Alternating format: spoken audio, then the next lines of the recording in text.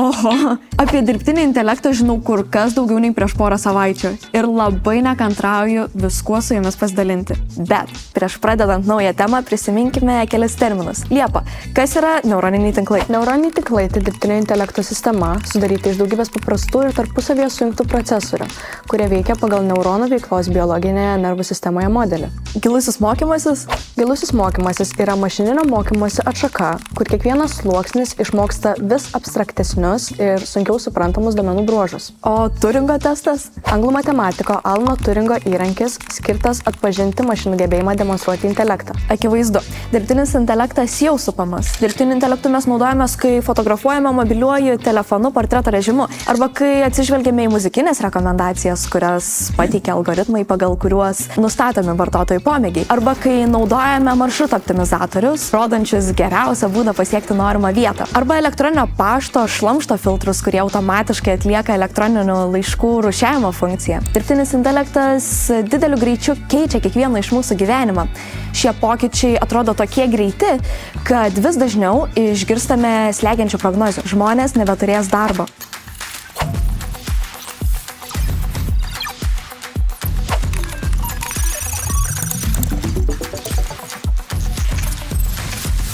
Ateitis čia ir dabar. Tokį pavadinimą sugalvojame šios laidos temai. Ateinančius dešimtmečius dirbtinis intelektas keis ne tik akademinio, bet ir verslo pasaulio veikimo principus. Išlieka vienas ir vienintelis klausimas. Kaip? Todėl šios laidos tikslas yra būtent aptarti pliusus bei minusus, su kuriais susidursime ateities darbo rinkoje kartu su dirbtiniu intelektu. Per visą žmonijos istoriją įvyko daugybė technologinių revoliucijų. Tai ir tokio paprasto dalyko kaip ratas išradimas, po kurio sekė agrikultūros revoliucija, spaudos mašina, kuri paspartino žinių visuomenėje augimą, nes knygos nebebuvo tik prabangos prekė didikams. Bei šio tūkstantmečio naujovės, tokios kaip internetas, be kurio neįsivaizduojame savo kasdienio gyvenimo. Žvelgiant į šiuos istorinius įvykius, svarbu pastebėti tam tikrus atsikartojimus ir suprasti, kaip žmogus prisitaikė. Agrokultūros klestėjimo metais sumažėjo medžiotojų poreikis, o atsiradus spaudos mašinai nebereikalingos tapo raštininkų bei vienuolių paslaugos. O pramonės revoliucijos metu visuomenė patyrė ryškiausią poveikį, kai atsirado naujos arba išnyko senos profesijos. Pavyzdžiui, pramonės revoliucija sukūrė darbuotojų poreikį gamyklose, o tai pakeitė kaimo ir miesto santykius. Vėliau skaitmeninė revoliucija ir informacinių technologijų plėtra pakeitė mūsų darbo ir bendravimo būdą, dėl ko atsirado naujas profesijos, tokios kaip programuotojai ir interneto specialistai. Bet ar pastebi, kas sieja visus šios reiškinius? Ir kasgi? Žmogui kiekvieną kartą pavyko padaryti daugiau su mažiau. Arba kitaip žmogus išmoko būti produktyvesnis. Taigi žmogaus užduotis darbe labai paprasta – būti produktyviam, sukurti naują produktą ar paslaugą, ją parduoti ir galiausiai užsidirbti. Tik kaip visą šį egzistuojantį modelį sujokia dirbtinis intelektas? Kokia užduotis? Informatikos mokslų profesorius ir dirbtinio intelekto ekspertas Stuartas Russellas teigia, kad yra didelis skirtumas tarp užduoties žmogui ir dirbtinio intelekto sistemai. Štai paprasta užduotis – atnešti kavos. Algoritmai mūsų reikalauja aiškiai apibrėžti užduotis ir jos reikalavimus, kokią ir kiek kavos reikia atnešti, iš kur tą kavą paimti ir taip toliau. O problema visame šiame procese yra būtent aiškiai apibrėžta užduotis. Užduoties sąlygos iš esmės yra dirbtinio intelekto ribos. Ir pastarajam atėjusi kavinė jo misija yra nupirkti ir atnešti kavos. Tik štai, tarkim, kava kainuoja 150 eurų. Dirbtinis intelektas, jei nebuvo nurodyta suma, už kurią nupirkti kavą, nupirks. O žmogus šioje situacijoje padarys prielaidą, kad kažkas yra negerai, susisieks su užduoties autoriumi ir praneš, kad kava yra be galo brangi. Paklaus, ar tikrai turi tokį biudžetą ir ar tiesiog nupirkti kavos kitoje vietoje. Iš esmės žmogaus privalumas tai gebėjimas daryti prielaidas ir kvestionuoti procesus. Bei dirbtinis intelektas tobulėja ir keičiasi itin sparčiai. 1930-aisiais pramonės revoliucijos metais buvo panaudotas terminas technologinis nedarbas. Jei mašina gali dirbti, aš nedirbu. Arba aš neturiu darbo. Vis dėlto tai nėra viskas arba nieko klausimas. Ir klausti reikia ne tik technologijos kūrėjų, bet ir ekonomistų. O klausimas išlieka toks pat. Ar naujosios dirbtinio intelekto technologijos atims iš žmogaus darbą? Taip.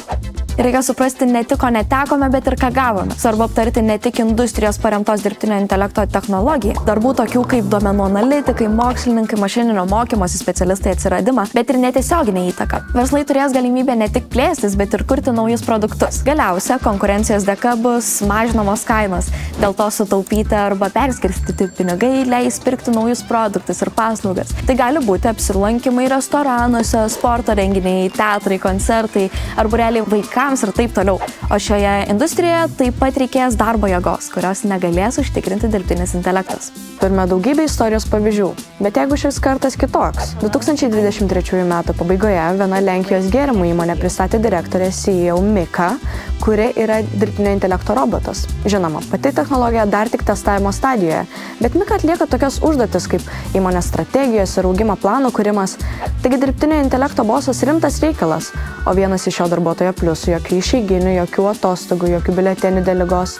Tai gal iš tiesų robotai užkariaus pasaulį? Ne viena kūrėja ši distopinė idėja žavi ir persekioja jau metus. Pameni OpenAI įkvėpėją Wall-E, distopinį pasaulį, kur žmonės robotų vežiojami iš vietos į vietą. Rizikų tikrai yra, tačiau bijodami to, ko negalime kontroliuoti, rizikuojame prarasti tai, ką iš tiesų galime, o galime mokytis ir mokyti. Štai įdomus pavyzdys, kuris leis suprasti, kad tiek dirbtinis intelektas, tiek žmogus yra priklausomi vienas nuo kito. Nesenai atliktas tyrimas parodė, kad dirbtinis intelektas yra linkęs pats save suvalgyti, lygiai taip pat kaip telefoninio žaidimo gyvatėlė žaidimo finale. Gyvatėlė auga ir auga, kai galiausiai nebetelpa žaidimo rėmuose ir kanda pati savo į uodegą. Panašiai ir dirbtinis intelektas. Jis mokosi iš duomenų, kuriuos randa internete. Tačiau dabar internetas perpildytas dirbtinio intelekto sukurto turinio. Nuotraukų, video, klipų, muzikų ir tų pačių tekstų. Tyrinėtojai pastebėjo, kad dirbtiniui intelektui pateikiant dirbtinio intelekto paruoštus tekstus, jis atsakymus pateikė paprasčiausias nesąmonės. Pateikus klausimą apie senovės architektūrą, gautas atsakymas kalbėjo apie triušius. Taip, technologijos tobulėja ir žmogus tobulina dirbtinį intelektą. Ir šis potencialiai gali išmokti mokytis iš savęs, o žmogus, atidavęs savo civilizacijos raidą technologijai, vis tiek susidurtų su vis atsinaujinančia problema. O ji atsinaujina su kiekvieno žmogaus naujagimiu. Anksčiau minėtas profesorius Stuartas Russellas teigia, kad žmogus visuomet turės išmokyti kitą kartą, o to padaryti negalės mašina. Įdomu, ką dabar besimokantis galvoja apie savo ateitį? Kokie klausimai svarbus jiems? Manau, Ridas turi surinkęs ne vieną klausimą. Sveikos! Apie ateities profesiją svarsto ne vienas mokinys. Todėl tai, kaip dirbtinis intelektas gali nulemti profesijos pasirinkimą, aktualus klausimas. Be technologinių įgūdžių reikalingos ir kitos žmogiškosios kompetencijos, tokios kaip adaptacija ir nuolatinis mokymasis, socialiniai įgūdžiai ir emocinis intelektas. Nors technologijos gali atlikti daug užduočių, žmonių gebėjimas suprasti ir bendrauti su kitais žmonėmis išlieka svarbus. Tai apima empatiją, konfliktų sprendimo gebėjimus ir gebėjimą dirbti komandoje. Jeigu nori toliau gilintis į tai, kas laukia tavęs profesinėje srityje ateityje, siūlau paklausyti Deivido tinklalaidę. Laidos pašnekovė Karolina papasakos apie ateities specialybės ir kaip jas pasirinkti, bei atsakys į Rido paruoštus Blitz mokinių klausimus.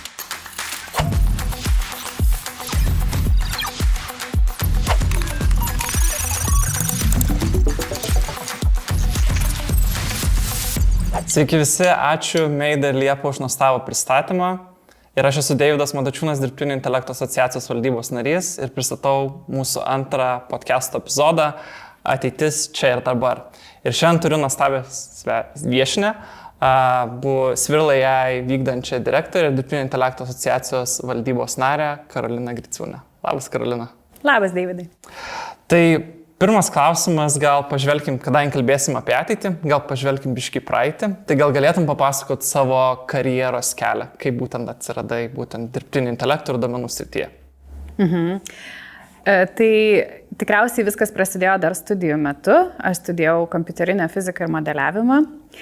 Ir taip nutiko, kad studijas baigiau tuo metu, kuomet duomenų mokslas, dirbtinis intelektas, jis apskritai atsirado rinkoje.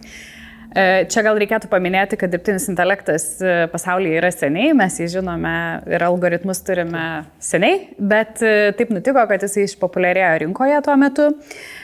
Ir kadangi mano specialybė buvo tokia, aš tuo metu dirbau modeliavimo analitikė, tikriausiai tokios rolės kaip duomenų mokslininkas net nebuvo.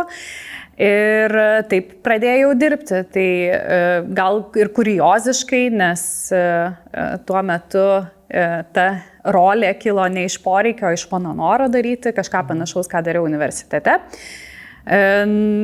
Bet galiausiai pasaulis sužinojo apie dirbtinį intelektą, duomenų mokslą kaip po specialybę ir aš tame jau buvau.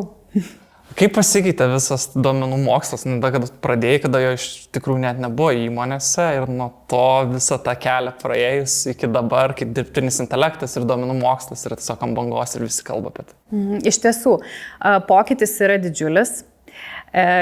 Tuomet, kai mes pradėjome, aš labai gerai pamenu, buvo tikriausiai vienas kursas Coursera platformoje, kuris mokė kažko panašaus į dirbtinį intelektą arba bent jau principų dirbtinio intelekto. Tai tuo metu buvo tikriausiai didelis iššūkis pritaikyti patį paprasčiausią algoritmą, surasti duomenų, tinkamų duomenų ir sukurti patį paprasčiausią produktą dirbtinio intelekto, kas dabar atrodytų ir jau mums infrastruktūriškai leidžia padaryti tai per kelias sekundės, tai tuo metu tai užtrukdavo ilgas savaitės, tikriausiai gal net ir mėnesius.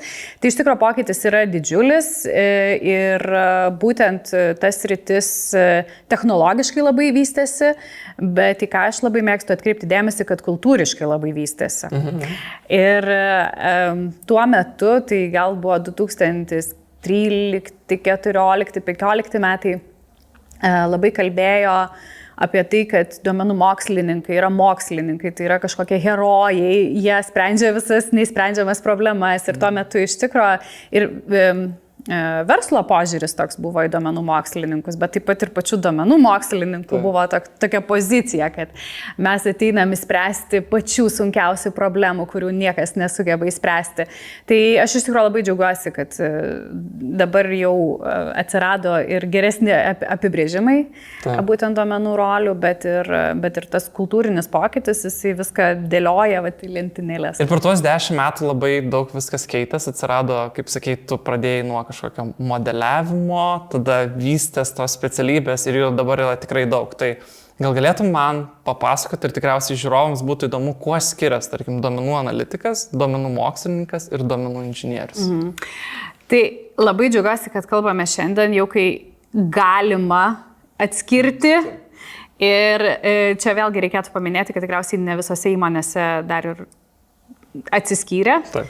Ir nebūtinai turi atsiskirti, bet tarkim, jeigu prieš kokius 5 metus būtų manęs paklausę šito klausimo, tai dar tos ribos jos buvo, na gal ne tiek pačios ribos, kiek ta interpretacija, kaip mes suprantame, kas tai yra. Tai gal pradėkim nuo duomenų analitikos, kas buvo tikrai daug seniau.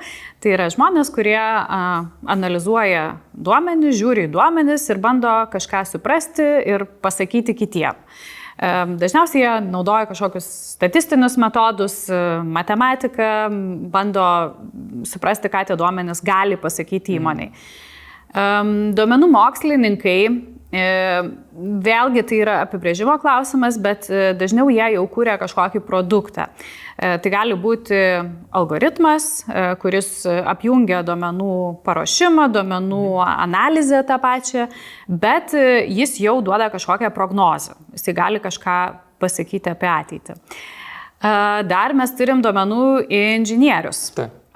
Vėlgi šitą rolę nuostabi, ji kilo iš poreikio, todėl kad anksčiau duomenų mokslininkai bandė daryti viską. Čia tikriausiai kaip labai senais laikais gydytojai buvo tie, kur vienas gydo visą kaimą. Tai su duomenų mokslininkais tikrai buvo taip, nes būdavo vienas duomenų mokslininkas įmonei ir visi eidavo ieškoti kažkokio stebuklo tenai ir laukti stebuklo. Tai duomenų inžinieriai jie atsirado iš poreikio, kai suprato, kad duomenų mokslininkas vis dėlto negali visko padaryti ir tas duomenų paruošimas jisai tapo daug svarbesnių elementų ir atsirado poreikis tvarkingiam duomenim atsirasti ir atsirado poreikis tuomet, kuomet atsirado kažkokios prognozės, atsirado poreikis turėti tas prognozės kiekvieną mėnesį, o ne tada, kada pavyksta. Tai tokios rolės ir iš tokių paskutinių metų, bet čia tikrai nesusijęs su ChatGPT, tai tikriausiai yra mašininio mokymosi operacijų inžinieriai. kurie yra atsakingi už visą infrastruktūrą. Tai šiaip visai organiškai vystėsi duomenų sritis, nes jinai vystėsi iš to tokio poreikio, pradedant nuo to vieno gydytojo, kuris visus gydė, baigiant iki to, kad mes turim labai aiškias jau specializacijas. Ir dar tas tikrai vystysis į priekį. Supratau. Tai labai iš tikrųjų įdomu ir visos tos 3 specialybės yra kažkiek skirtingos, kaip tu gali pradėti savo karjeros kelią būtent jose. Gal gali duoti kažkokių įžvalgų, kaip žmogus, kuris ką tik atėjęs į darbo rinką arba renkantis tik tai specialybę, galėtų, nori būti duomenų analitiku arba duomenų mokslininko. Tas mokslininkas žodis yra toks labai įdomus, tai ką mums reikėtų daryti? Tai vėlgi, tos rolės ir sritis, jos jau yra pakankamai skirtingos ir vienokius patarimus galėčiau duoti tiem, kurie nori būti duomenų inžinieriais. Ir visai kitokius, kurie nori būti duomenų mokslininkais. Tai duomenų mokslininkai vis dėlto tai yra tyrėjo darbas. Ir gal ta bendra tokia tendencija, kad mes dabar apie duomenų mokslą kalbame kaip apie kažkokį technologinį labai darbą, apie tai, kad mes rašom kodą ir tas natūraliai, tas natūraliai vystėsi, nes atsirado daugiau duomenų, bet vis dėlto tai yra tyrėjo darbas ir tai yra apie klausimų kėlimą, tai yra apie ieškojimą, kaip galima panaudoti tam tikrus algoritmus ir iš praktinės pusės, vėlgi prisimenant tos tikrai šimtus interviu, kuriuos aš esu turėjusi ir kiek aš esu mačiusi jaunų žmonių, tai labai dažniausiai tikriausiai klaida būna, kad padaro užduotį, namų darbą, bet atsako visai ne į tą iškeltą klausimą, kuris buvo. Ir dabar tikriausiai, kai mes kalbamės, mes abu juokiamės, nes mes žinom, kad čia labai dažnai tai būna, kad mes padarom kažkokį dirbtinio intelekto sprendimą ir jis nėra naudingas. Tai aš vis tik šitoj vietoj būčiau konservatyvi, aš siūlyčiau jauniam žmonėm pasirinkti universitetą pradžioje. Ir kodėl? O todėl, kad universitetas jis lavina bendruosius gebėjimus. Ir ypač kalbant apie tai, kur linksta dirbtinis intelektas, kaip atsiranda poreikis dabar ir teisės, ir sociologijos, ir psichologijos dirbtinėme intelekte. Tai aš manau, kad bet kuri specialybė gera, universitetinė, ji duos labai gerą pagrindą. O ko po to jau reikės, tai susiras kiekvienas žmogus individualiai. Ir čia gal irgi labai norėčiau tokį patarimą jaunimui duoti, kad rinkitės tai, kas jums yra miela. Ir man yra labai žavu sutikti žmonės, kurie baigė chemiją, sociologiją, ekonomiką. Ir jie ateina į dirbtinio intelekto sritį, jie nuostabiai tenai pasirodo, nuostabiai dirba, kuria vertę ir jie kuria vertę vien todėl, kad jie dar turi ir kažkokį kitą išsilavinimą ir tai leidžia jam turėti dar kitokią perspektyvą. Tai reikia rinktis tai, kas miela širdžiai. Bet vis tiek matematikos tu neišvengsi šitoj srityje.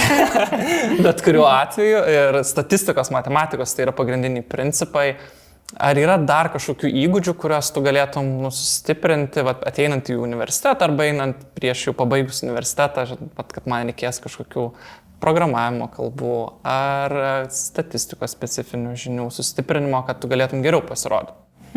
Jeigu dabar kalbame apie duomenų mokslą, nes vėlgi duomenų inžineriją jau visai kitaip ten reikia ruoštis. Jeigu kalbame apie duomenų mokslą, galbūt šiek tiek apie duomenų analitiką, statistikos neišvengsim ir nereikėtų jos vengti. Išvengti galima, bet nereikėtų jos vengti.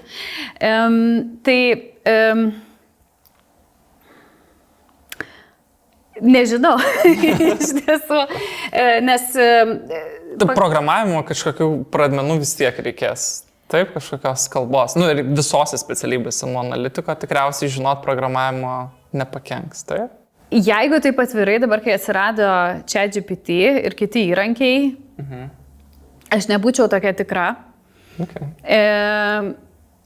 Ar apskritai gerai tai suvokti ir suprasti, kokiu principu veikia dirbtinis intelektas, jeigu jau žmogus nori dirbti su dirbtiniu intelektu, tai aš sakyčiau vienareikšmiškai taip.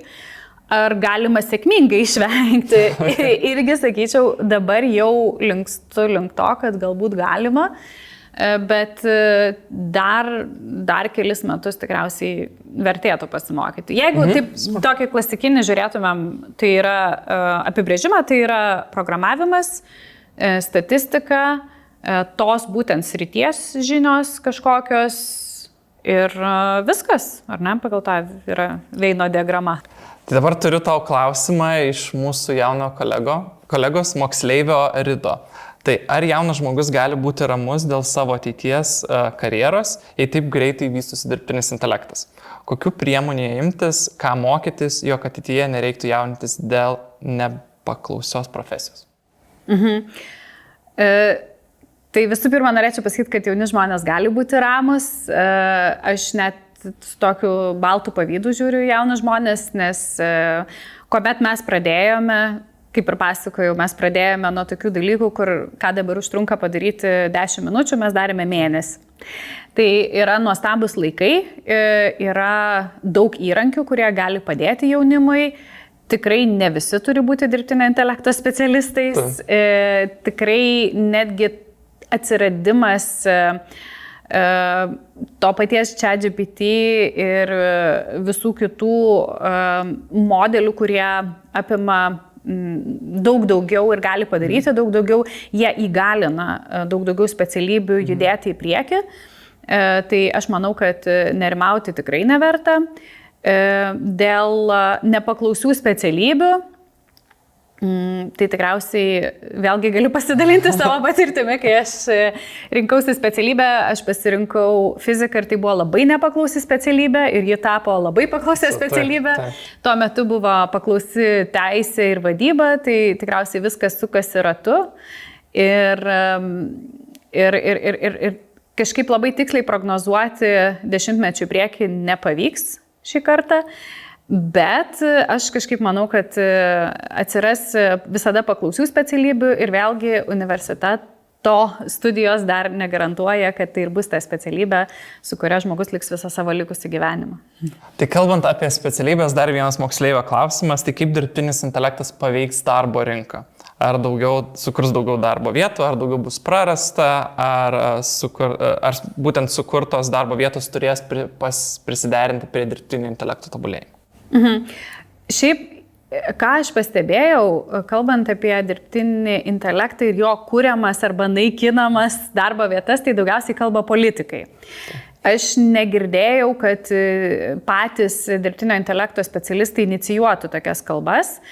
Tai manau, kad gal ir būtų gerai, jeigu ir tai liktų gal politikos fone. O jeigu atsakant į šį klausimą, natūraliai kai kurių specialybių neliks, taip kaip ir atsiradus elektrai kai kurių specialybių neliko, taip kaip ir atsiradus kompiuteriams kai kurių specialybių neliko.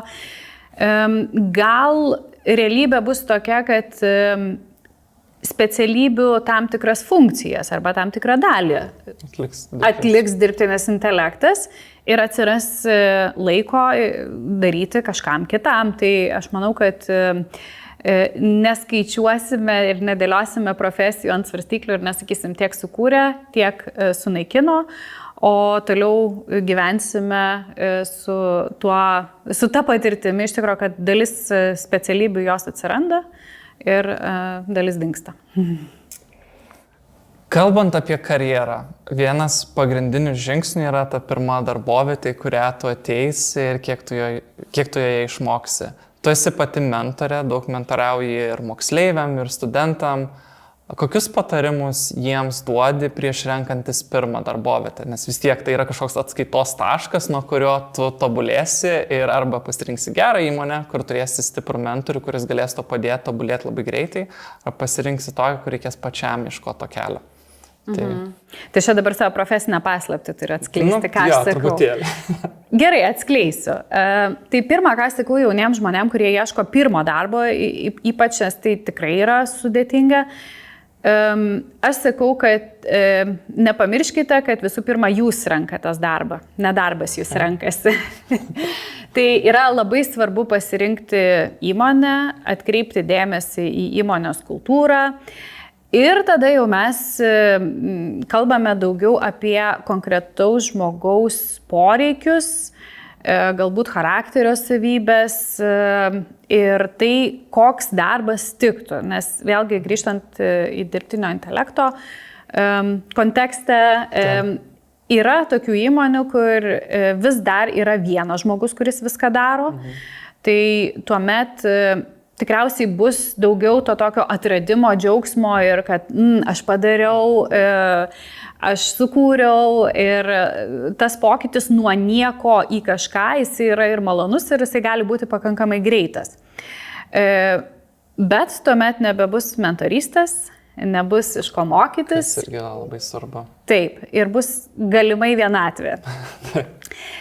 Kitas variantas yra ateiti į didesnę įmonę, kurioje yra dirbtinio intelekto galbūt strategija, galbūt yra direktorius, kuris užsiema vien dirbtinio intelekto mokymu, produktų kūrimu ir tuomet tokioje aplinkoje yra visai lengva augti, bet tai tuo pačiu reiškia, kad jau daug sprendimų yra padaryta ir ką reikės daryti, tai tikriausiai pagerinti kažką ir tada progresas jis yra daug lėtesnis, gali būti šiaip lėtesnis, nebūtinai tai bus ir tuomet jau yra daugiau apie komandą, komandinį darbą, tai vėlgi nėra kažkuris geras ir kažkuris blogas variantas, žmonės turi rinktis pagal tai, kokie jie yra ir ko jie tuo metu nori. Bet dar turim keletą klausimų iš mūsų moksleivių, tai kokių profesijų neliks, nes jas pakeis dirbtinis intelektas, kokias profesijas pakeis jau greitų metu?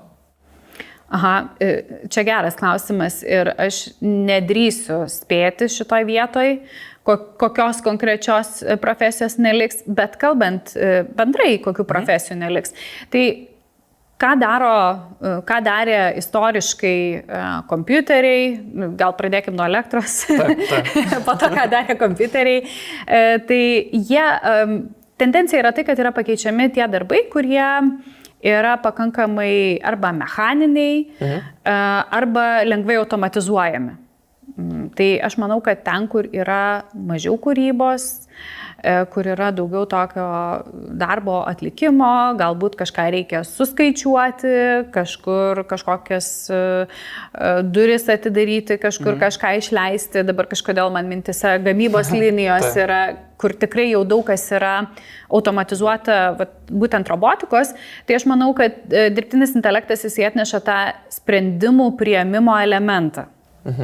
Tai gal kažkur, kur sukti kairį į dešinę, vėl dabar galvoju apie automobilius, bet čia truputį sudėtingesnė tema, tai ten, kur tokie paprastesni sprendimai, manau, tie darbai ir gal netgi vėlgi pakartosiu, tų specialybių dalis kažkokios, jos bus automatizuotos. Taip. Okay. Turim dar vieną, labai panašų. Kokių sričių specialistai bus ypač reikalingi tolimesniam dirbtinio intelekto tobulėjimui? Kažkodėl noriu pradėti nuo tokio nuvilimo, nes kai kalbam apie dirbtinį intelektą ir apie dirbtinio intelekto specialistus, mes vis dar galvojam apie algoritmų vystymą, apie tokią kūrybą, apie kažkokią super sudėtingą matematiką, apie tai, kas yra sunkiai pasiekiama, apie kažkokį tokį ypatingą darbą. Tai to bus labai mažai. Ir to ir buvo iš tikrųjų mažai. Aš taip drįsčiau spėti, sakyti, kad tai apie 1% visų darbų dirbtinio intelekto yra susijęs būtent su tais darbais, kur yra kuriami nauji algoritmai. Kas atsiras didžiulis poreikis dirbti su didžiaisiais kalbos modeliais ir jų pritaikymu. Tai vėl čia tikriausiai reikėtų akcentuoti, kad duomenų mokslininkai, jie dažniausiai dirba su algoritmų pritaikymu verslui, viešajam sektoriui.